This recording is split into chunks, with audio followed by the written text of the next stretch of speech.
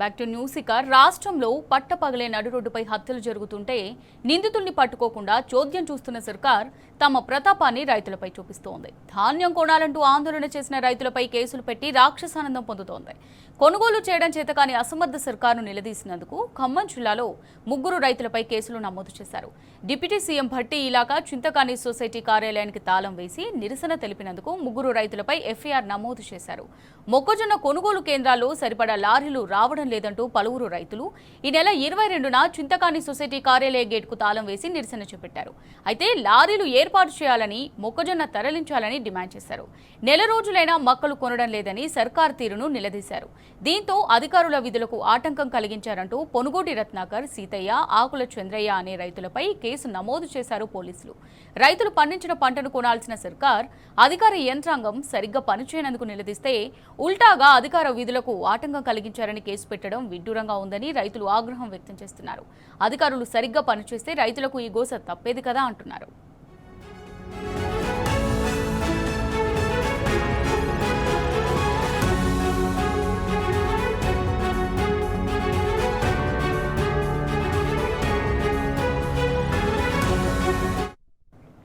Police కేసులపై Chintakani మండల రైతులు ఆగ్రహం వ్యక్తం చేస్తున్నారు. తమ సమస్యను పరిష్కరించాలని మాత్రమే నిరసన తెలిపామంటున్నారు. నెల రోజులుగా బస్తాలు లోడ్ చేయడం లేదని, కాంగ్రెస్ పార్టీ నాయకులు మాత్రం ఇష్టారాజ్యంగా లారీలు ఏర్పాటు చేసుకున్నారని ఆరోపిస్తున్నారు. నెల రోజుల పడిగాపుల తర్వాతే శాంతియుతంగా నిరసన తెలిపామంటున్నారు. సొసైటీ కార్యాలయం గేటుకు తాళం వేసిన వారిలో కాంగ్రెస్ నాయకులు కూడా ఉన్నారని, మరి మాపైనే ఎందుకు కేసులు పెట్టారని పోలీసులను ప్రశ్నిస్తున్నారు.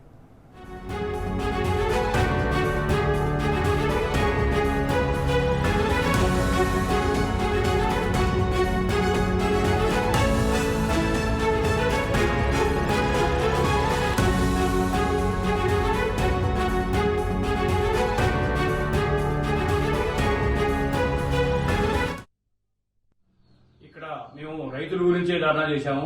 ఎందుకంటే ఇక్కడ లారీలు వస్తా ఉన్నాయి. అధికార పార్టీ నాయకులకే అధికారులు కూడా కొమ్ము కాస్తూ ఇక్కడ అధికార పార్టీలో ఉన్న వాళ్ళకే లారీలు ఇస్తా ఉన్నారు. దాని మీద మేము అందరం కలిసి కూడా రైతులందరం కలిసి కూడా పోయి సొసైటీకి తాళం వేయడం జరిగింది. ఇక్కడ సొసైటీకి తాళం వేసిన దాంట్లో కాంగ్రెస్ పార్టీ వాళ్ళు సన్న రైతులు ఉన్నారు. మేమందరం కూడా సన్న రైతులు కౌలు చేసుకుని నెల రోజులుగా వస్తా ఉంది బస్తాలు ఎత్తుకొని. కాబట్టి బస్తాలు ఎత్తుకొని పోవట్లేదని చెప్పేసి మేము సీఎం గారితో రోజుతో మాట్లాడుతున్నా కూడా మా మాట లెక్క చేయనటువంటి పరిస్థితి ఉంది. ఆ పరిస్థితిలో మేమందరం రైతులందరం కలిసిపోయి సొసైటీకి తాళం వేసి ధర్నా చేసి పై అధికారులు రావాలని ధర్నా చేయడం జరిగింది. ఆ తాళం వేసి ధర్నా చేసే ఒక కార్యక్రమంలో శాంతియుతంగా మేము ధర్నా చేశాం. ఎక్కడా కూడా మేము అందరం కలిసి కూడా శాంతియుతంగా ధర్నా చేశాం. ధర్నా చేసినటువంటి పరిస్థితుల్లో అధికారులు కూడా మేము లారీలు పంపిస్తామని చెప్పేసి ఆ రోజు మాకు మాట ఇచ్చి ఉన్నారు.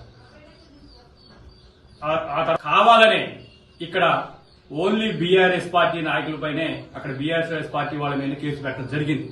ఇక్కడ మేము ఎస్ఐ గారితో మాట్లాడి ఏ సెక్షన్ పెట్టారంటే ఎస్ఐ గారు కూడా మేము తర్వాత చెప్తామండి అని చెప్పేసి ఎస్ఐ గారు చెప్తా ఉన్నారు. ఓన్లీ కావాలని కుట్రపూరితంగా కష్టపూరితంగా బట్టి నియోజకవర్గంలో ఈ యొక్క డిప్యూటీ సీఎం అయినటువంటి బట్టి నియోజకవర్గంలో రైతుల మీద అక్రమంగా కేసులు పెట్టడం అనేది ఈ యొక్క దారుణమైన విషయం. దీన్ని అందరూ గమనించాలి. రైతులందరూ కూడా ఆ రోజు కాంగ్రెస్ పార్టీ వాళ్ళు ఉన్నారు. అక్కడ మీరు ఎవరెవరు వీడియోలో కాంగ్రెస్ పార్టీ వాళ్ళు ఉన్నారు చూపిస్తాం రమ్మనండి. అన్ని పార్టీల నాయకులు కూడా ఆ రోజు ఉన్నారు.